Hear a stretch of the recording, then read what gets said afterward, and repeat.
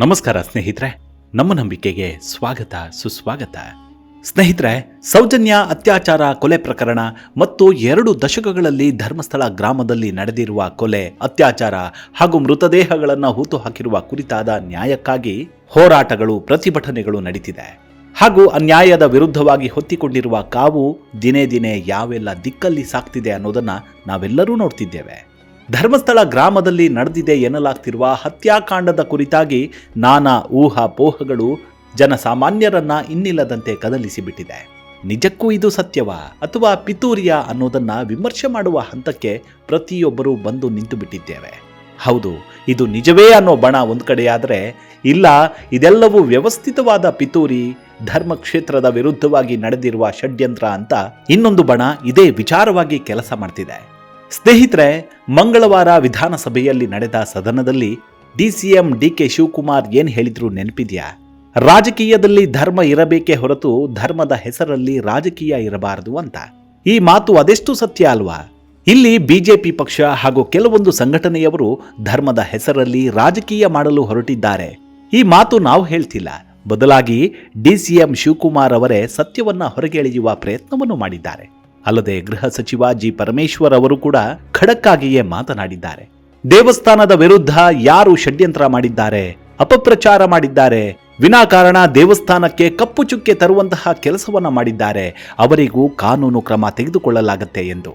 ಇದು ನಿಜವಾದ ಜನಪ್ರತಿನಿಧಿಯಾದವರ ತೂಕವಾದ ಮಾತು. ಅಂದ್ರೆ ಈಗಾಗಲೇ ಸೋಷಿಯಲ್ ಮೀಡಿಯಾದಲ್ಲಿ ಜನ ಹೇಗೆಲ್ಲ ದುರ್ಬಳಕೆ ಮಾಡ್ಕೊಳ್ತಿದ್ದಾರೆ, ಇಲ್ಲಸಲ್ಲದ ವಿಚಾರಗಳನ್ನ ಹೇಗೆ ಜನರಿಗೆ ಮುಟ್ಟಿಸಲಾಗ್ತಿದೆ, ಯಾರು ಪ್ರಚೋದನೆ ಕೊಡ್ತಿದ್ದಾರೆ ಅನ್ನೋದು ಎಲ್ಲರಿಗೂ ತಿಳಿದೇ ಇದೆ.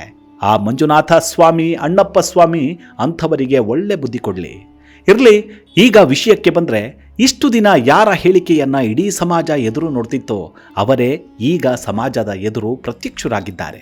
ವೀರೇಂದ್ರ ಹೆಗಡೆಯವರು ಈಗ ಧರ್ಮಸ್ಥಳ ಗ್ರಾಮದಲ್ಲಿ ನಡೆದಿದೆ ಎನ್ನಲಾಗ್ತಿರುವ ಹತ್ಯಾಕಾಂಡದ ತನಿಖೆಯನ್ನ ಕುರಿತು ಮಾತನಾಡಿದ್ದಾರೆ. ಧರ್ಮಾಧಿಕಾರಿಗಳ ಹೇಳಿಕೆ ಏನು, ಹೇಗಿತ್ತು ಅವರ ರಿಯಾಕ್ಷನ್ ಅನ್ನೋದನ್ನ ಈ ಸಂಚಿಕೆಯಲ್ಲಿ ಹೇಳ್ತಾ ಹೋಗ್ತೀನಿ. ಸ್ನೇಹಿತರೆ, ಧರ್ಮಸ್ಥಳ ಧರ್ಮಾಧಿಕಾರಿಗಳಾದ ಡಾಕ್ಟರ್ ವೀರೇಂದ್ರ ಹೆಗಡೆಯವರು ಪಿಟಿಐ ಅನ್ನೋ ಸುದ್ದಿ ಮಾಧ್ಯಮಕ್ಕೆ ಒಂದು ಸಂದರ್ಶನವನ್ನು ನೀಡಿ ಧರ್ಮಸ್ಥಳ ಪ್ರಕರಣದ ತನಿಖೆಯ ಕುರಿತು ತುಟಿಬಿಚ್ಚಿ ಮಾತನಾಡಿದ್ದಾರೆ. ಧರ್ಮಸ್ಥಳದ ಕುರಿತಾಗಿ ನಡೆಯುತ್ತಿರುವ ಅಪಪ್ರಚಾರ, ಆರೋಪಗಳು ಆಧಾರರಹಿತ ಮತ್ತು ಸುಳ್ಳು ಎಂದು ಹೇಳಿದ್ದಾರೆ.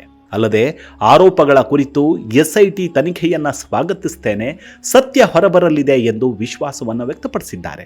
ಪಿಟಿಐ ಅಂದ್ರೆ ಪ್ರೆಸ್ ಟ್ರಸ್ಟ್ ಆಫ್ ಇಂಡಿಯಾ ಎಂಬ ನ್ಯೂಸ್ ಚಾನೆಲ್ಗೆ ನೀಡಿದ ವಿಶೇಷ ಸಂದರ್ಶನದಲ್ಲಿ ಹೆಗ್ಗಡೆ ಅವರು ಮಾತನಾಡಿ, ಇದೀಗ ಕೇಳಿ ಬಂದಿರುವ ಆರೋಪಗಳು ಆಧಾರರಹಿತ ಮತ್ತು ಸುಳ್ಳು. ಇಂತಹ ಆರೋಪಗಳಿಂದ ನನಗೆ ನೋವಾಗಿದೆ.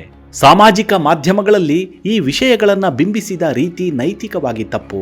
ಗೃಹ ಸಚಿವ ಜಿ ಪರಮೇಶ್ವರ್ ಅವರು ಎಸ್ಐಟಿ ತನಿಖೆಯಿಂದ ಸತ್ಯ ಹೊರಬರಲಿದೆ ಎಂದು ವಿಧಾನಸಭೆಯಲ್ಲಿ ಹೇಳಿಕೆ ನೀಡಿದ್ದಾರೆ. ತನಿಖೆಗೆ ಎಸ್ಐಟಿ ರಚಿಸಿದ್ದನ್ನ ನಾವು ಅದೇ ದಿನ ಸ್ವಾಗತಿಸಿದ್ದೇವೆ.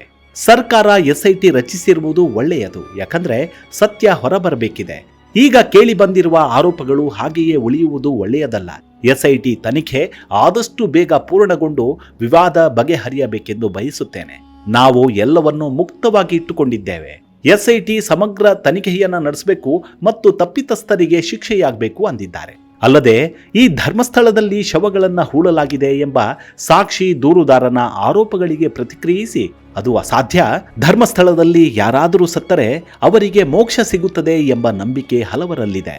ಯಾವುದೇ ಸಾವು ಸಂಭವಿಸಿದಾಗ ನಾವು ಪಂಚಾಯಿತಿಗೆ ಮಾಹಿತಿ ನೀಡುತ್ತಿದ್ದೆವು. ಅವರು ಎಲ್ಲ ನಿಯಮಗಳನ್ನ ಪಾಲಿಸಿ ಶವವನ್ನು ಹೂಳುತ್ತಿದ್ದರು ಎಂದಿದ್ದಾರೆ. ಅಲ್ಲದೆ ಸೌಜನ್ಯ ಸಾವಿಗೆ ನ್ಯಾಯ ಒದಗಿಸಬೇಕು ಎಂಬ ಕೂಗು ಮತ್ತೆ ಕೇಳಿ ಬಂದಿರುವುದರ ಬಗ್ಗೆ, ಆ ರೀತಿಯ ಘಟನೆ ನಡೆದಿದೆ ಎಂಬುದು ತಿಳಿದಾಗ ನಾವು ಅದೇ ದಿನ ಸರ್ಕಾರಕ್ಕೆ ಮಾಹಿತಿ ನೀಡಿದ್ದೇವೆ. ನಮ್ಮ ಕುಟುಂಬದ ಮೇಲಿನ ಆರೋಪಗಳು ಆಧಾರರಹಿತ. ಅವರು ಆರೋಪ ಮಾಡಿರುವ ನಮ್ಮ ಕುಟುಂಬದ ಸದಸ್ಯರು ಶಿಕ್ಷಣಕ್ಕಾಗಿ ವಿದೇಶದಲ್ಲಿದ್ದರೂ ಅದಕ್ಕೆ ಸಂಬಂಧಿಸಿದ ದಾಖಲೆಗಳನ್ನು ನಾವು ಸಲ್ಲಿಸಿದ್ದೇವೆ. ಇವೆಲ್ಲ ನಮ್ಮ ಕುಟುಂಬದ ವಿರುದ್ಧ ನಡೆದಿರುವ ಷಡ್ಯಂತ್ರ ಎಂದು ಅಲ್ಲಗಳೆದಿದ್ದಾರೆ. ಅಲ್ಲದೆ ಪಿಟಿಐನ ಸಂದರ್ಶಕ ಕೇಳಿದ ಮತ್ತೊಂದು ಪ್ರಶ್ನೆ ಅಂದ್ರೆ, ಧರ್ಮಸ್ಥಳದ ಆಸ್ತಿಗಳ ದುರುಪಯೋಗ ಮಾಡಿಕೊಳ್ಳಲಾಗುತ್ತಿದೆಯಾ ಅನ್ನೋ ಆರೋಪಗಳನ್ನು ತಿರಸ್ಕರಿಸಿದ ಹೆಗಡೆ ಅವರು, ಆಸ್ತಿಯಲ್ಲಿ ದುರುಪಯೋಗ ಎಂಬುದು ನಡೆದೇ ಇಲ್ಲ. ನಮ್ಮ ಕುಟುಂಬವು ಬಹಳ ಕಡಿಮೆ ಆಸ್ತಿಯನ್ನು ಹೊಂದಿದ್ದು, ಎಲ್ಲ ಆಸ್ತಿಗಳು ಸಮರ್ಪಕ ದಾಖಲೆಗಳೊಂದಿಗೆ ಟ್ರಸ್ಟ್ನ ಒಡೆತನದಲ್ಲಿದೆ. ಕುಟುಂಬದ ಸದಸ್ಯರು ಟ್ರಸ್ಟ್ ಅನ್ನ ಪಾರದರ್ಶಕ ರೀತಿಯಲ್ಲಿ ನಡೆಸಿಕೊಂಡು ಹೋಗ್ತಿದ್ದಾರೆ ಎಂದಿದ್ದಾರೆ. ಅಲ್ಲದೆ ಹಿಂದೂ ದೇವಾಲಯವನ್ನ ಜೈನ ಕುಟುಂಬವು ನಿರ್ವಹಿಸುತ್ತಿರುವ ಕುರಿತ ಪ್ರಶ್ನೆಗೆ ಈ ಆರೋಪದಲ್ಲಿ ಸತ್ಯಾಂಶವಿದೆ ಎಂದು ಭಾವಿಸೋದಿಲ್ಲ.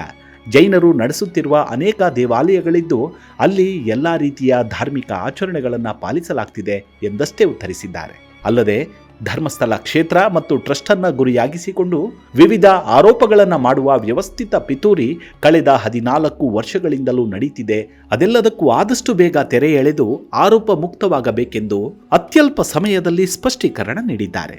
ಅಲ್ಲದೆ ಧರ್ಮಸ್ಥಳಕ್ಕೆ ಸಂಬಂಧಿಸಿದ ವಿವಾದ ರಾಜಕೀಯ ತಿರುವು ಪಡೆದುಕೊಂಡಿದೆ ಎಂಬ ಪ್ರಶ್ನೆಯನ್ನ ಹೆಗಡೆಯವರು ಅಲ್ಲಗಳೆದಿದ್ದಾರೆ. ನಾನು ಹಾಗೆ ಭಾವಿಸೋದಿಲ್ಲ. ಕಾಂಗ್ರೆಸ್ ಮತ್ತು ಜೆಡಿಎಸ್ ಪಕ್ಷಗಳ ನಾಯಕರು ಇಲ್ಲಿಗೆ ಬಂದಿದ್ದಾರೆ. ಕೆಲವರು ದೇವಾಲಯದ ಹೆಸರು ಕೆಡಿಸಲು ಬಯಸುತ್ತಿದ್ದಾರೆ. ಎಲ್ಲ ಪಕ್ಷಗಳು ದೇವಾಲಯಕ್ಕೆ ತಮ್ಮ ಬೆಂಬಲ ಸೂಚಿಸಿವೆ. ಯಾರ ಪಿತೂರಿ ಎಂಬುದು ತಿಳಿದಿದೆ. ಈ ಎಲ್ಲ ಪಿತೂರಿಗಳ ಹಿಂದೆ ಯಾರಿದ್ದಾರೆ ಎಂಬುದನ್ನು ನಮ್ಮ ಮೂಲಗಳಿಂದ ತಿಳಿದುಕೊಂಡಿದ್ದೇವೆ.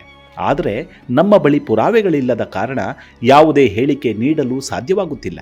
ನಮ್ಮ ವಿರುದ್ಧ ಪಿತೂರಿ ನಡೆದಿರುವುದನ್ನು ಸಾಬೀತುಪಡಿಸುವುದು ಎಸ್ಐಟಿಯ ಜವಾಬ್ದಾರಿಯಾಗಿದೆ ಎಂದು ಹೆಗ್ಗಡೆ ಪ್ರತಿಪಾದಿಸಿದ್ದಾರೆ. ದೇವಾಲಯದ ಅಧಿಕಾರಿಗಳು ಅಥವಾ ಬೇರೆ ಯಾರಾದರೂ ಯಾವುದೇ ತಪ್ಪು ಮಾಡಿದ್ದರೆ ಅವರಿಗೆ ತಕ್ಕ ಶಿಕ್ಷೆಯಾಗತ್ತೆ. ಧರ್ಮಸ್ಥಳದ ಮೇಲೆ ಭಕ್ತರಿಗೆ ಇದ್ದ ನಂಬಿಕೆಗೆ ಯಾವುದೇ ಧಕ್ಕೆಯಾಗಿಲ್ಲ. ದೇವಸ್ಥಾನದಲ್ಲಿ ಪೂಜೆ, ಧಾರ್ಮಿಕ ವಿಧಿ ವಿಧಾನಗಳಲ್ಲಿ ಬದಲಾವಣೆ ಉಂಟಾಗಿಲ್ಲ. ಭೇಟಿ ನೀಡುವ ಭಕ್ತರ ಸಂಖ್ಯೆ ಕಡಿಮೆಯಾಗಿಲ್ಲ. ತನಿಖೆಯ ಪ್ರಗತಿ ಬಗ್ಗೆ ಗೃಹ ಸಚಿವರು ಹೇಳಿಕೆ ನೀಡಿದ್ದಾರೆ.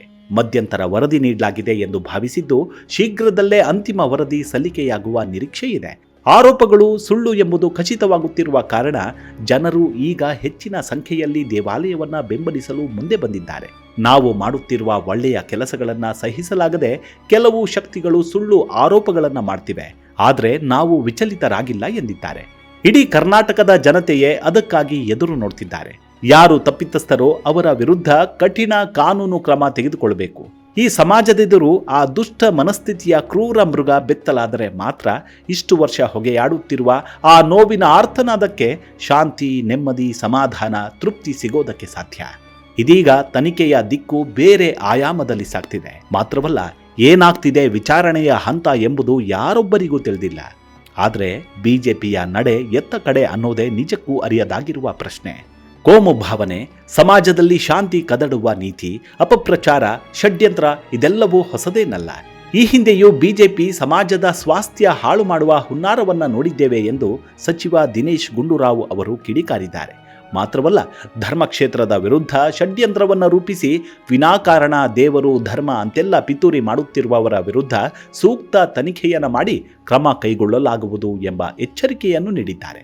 ಇನ್ನು ಮತ್ತೊಂದು ಇಂಟ್ರೆಸ್ಟಿಂಗ್ ವಿಚಾರ ಏನಪ್ಪಾ ಅಂದ್ರೆ, ಧರ್ಮಸ್ಥಳ ಪ್ರಕರಣಕ್ಕೆ ಸಂಬಂಧಿಸಿದಂತೆ ಯೂಟ್ಯೂಬರ್ ಮತ್ತಿತರರಿಗೆ ವಿದೇಶದಿಂದ ಹಣಕಾಸು ಬಂದಿರುವ ಬಗ್ಗೆ ಮಾಧ್ಯಮಗಳಲ್ಲಿ ವರದಿಯಾಗಿದ್ದು, ಈ ಬಗ್ಗೆ ಜಾರಿ ನಿರ್ದೇಶನಾಲಯ ಅಂದ್ರೆ ಇಡಿ ಈ ಮೂಲಕ ತನಿಖೆಯನ್ನ ನಡೆಸುವಂತೆ ಉಡುಪಿ ಚಿಕ್ಕಮಗಳೂರು ಸಂಸದ ಕೋಟ ಶ್ರೀನಿವಾಸ ಪೂಜಾರಿ ಕೇಂದ್ರದ ಗೃಹ ಸಚಿವ ಅಮಿತ್ ಶಾ ಅವರಿಗೆ ಪತ್ರ ಬರೆದಿದ್ದಾರೆ.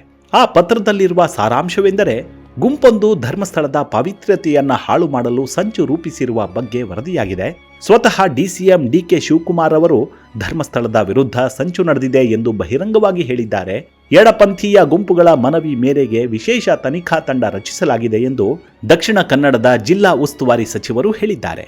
ಅನಾಮಿಕ ದೂರುದಾರನ ಮಾತುಗಳನ್ನು ನಂಬಿಕೊಂಡು ಸಿಎಂ ಸಿದ್ದರಾಮಯ್ಯನವರು ಎಸ್ಐಟಿ ರಚಿಸಿದ್ದಾರೆ ಎಂದು ವರದಿಯಾಗಿದೆ. ಇಡೀ ಸರ್ಕಾರವೇ ಅನಾಮಿಕ ವ್ಯಕ್ತಿಗೆ ಶರಣಾದಂತೆ ಕಾಣ್ತಿದೆ. ಬಾಹುಬಲಿ ಬೆಟ್ಟದ ಸಮೀಪ ಸೇರಿದಂತೆ ಧರ್ಮಸ್ಥಳದಲ್ಲಿ ಎಲ್ಲೆಂದರಲ್ಲಿ ಗುಂಡಿ ತೋಡಲಾಗಿದೆ. ಭಕ್ತರಿಗೆ ಕಸಿವಿಸಿ ಉಂಟಾಗ್ತಿದೆ. ಮಾಧ್ಯಮಗಳ ವರದಿಗಳ ಪ್ರಕಾರ ತಮಿಳುನಾಡಿನ ರಾಜಕಾರಣಿಯೊಬ್ಬರು ಕಾಂಗ್ರೆಸ್ ಹೈಕಮಾಂಡ್ ಮೇಲೆ ಒತ್ತಡ ತಂದು ಕರ್ನಾಟಕದ ಹಿಂದೂಗಳ ಭಾವನೆಗೆ ಧಕ್ಕೆ ತರಲು ಯೋಚನೆ ಮಾಡಿದ್ದಾರೆ ಎಂದು ಮಾಧ್ಯಮಗಳು ವರದಿ ಮಾಡಿವೆ. ಧರ್ಮಸ್ಥಳಕ್ಕೆ ಮಸಿ ಬಳಿಯಲು ಮುಸ್ಲಿಂ ಯೂಟ್ಯೂಬರ್ ಮತ್ತು ಸಹಚರರಿಗೆ ವಿದೇಶದಿಂದ ಹಣಕಾಸು ನೆರವು ದೊರೆತಿದೆ ಎಂಬ ಸುದ್ದಿ ಹರಿದಾಡ್ತಿದೆ. ನನ್ನ ಮನವಿಯನ್ನ ಗಂಭೀರವಾಗಿ ಪರಿಗಣಿಸಿ ಧರ್ಮಸ್ಥಳದ ಮಂಜುನಾಥ ಸ್ವಾಮಿಯನ್ನ ವಿರೋಧಿಸುತ್ತಿರುವವರಿಗೆ ವಿದೇಶದಿಂದ ಹಣಕಾಸಿನ ನೆರವು ಬಂದಿರುವ ಬಗ್ಗೆ ಜಾರಿ ನಿರ್ದೇಶನಾಲಯದ ಮೂಲಕ ತನಿಖೆ ನಡೆಸಬೇಕೆಂದು ಒತ್ತಾಯಿಸುತ್ತೇನೆ ಎಂದು ಸಂಸದರು ಪತ್ರದಲ್ಲಿ ತಿಳಿಸಿದ್ದಾರೆ. ಈ ಪತ್ರವೇ ಸಾಕು. ಯಾರು ಷಡ್ಯಂತ್ರ ರೂಪಿಸಿದ್ದಾರೆ, ಧರ್ಮದ ಹೆಸರಲ್ಲಿ ವಿಷ ಬೀಜ ಬಿತ್ತುತ್ತಿದ್ದಾರೆ, ಕ್ಷೇತ್ರದ ಹೆಸರನ್ನ ಅಡ್ಡತಂದು ತನಿಖೆಯ ದಿಕ್ಕು ತಪ್ಪಿಸುತ್ತಿದ್ದಾರೆ ಎಂಬ ಆರೋಪವನ್ನ ತನಿಖೆ ಮಾಡಲು. ಅಲ್ಲದೆ ಈ ಪತ್ರಕ್ಕೇನಾದರೂ ಕೇಂದ್ರದಿಂದ ಪ್ರತ್ಯುತ್ತರ ಬಂದಿದ್ದೇ ಆದಲ್ಲಿ ಸ್ವತಃ ಬಿಜೆಪಿಗೆ ಮುಜುಗರವಾಗುವ ಪ್ರಸಂಗ ಎದುರಾಗತ್ತೆ. ಯಾಕಂದ್ರೆ ಧರ್ಮಕ್ಷೇತ್ರ, ಶ್ರೀಕ್ಷೇತ್ರ ಹಾಗೂ ದೇವಸ್ಥಾನ, ಹಿಂದೂ ಧರ್ಮ ಅಂತೆಲ್ಲ ದಾರಿ ತಪ್ಪಿಸುವ ಪ್ರಚೋದನಾತ್ಮಕ ಪ್ರತಿಭಟನೆ, ಹೋರಾಟ, ಜಾಥಾ ಎಲ್ಲವನ್ನೂ ಕೈಗೊಂಡಿದ್ದು ಇದೇ ಬಿಜೆಪಿಗರೇ. ಹಾಗಿರುವಾಗ ಈ ಪ್ರಕರಣದ ಸತ್ಯಾಸತ್ಯತೆ ಏನು ಅನ್ನೋದನ್ನ ಅರಗಿಸಿಕೊಳ್ಳೋಕೆ ಬೇರೆ ಸಾಕ್ಷಿ ಬೇಕಾ?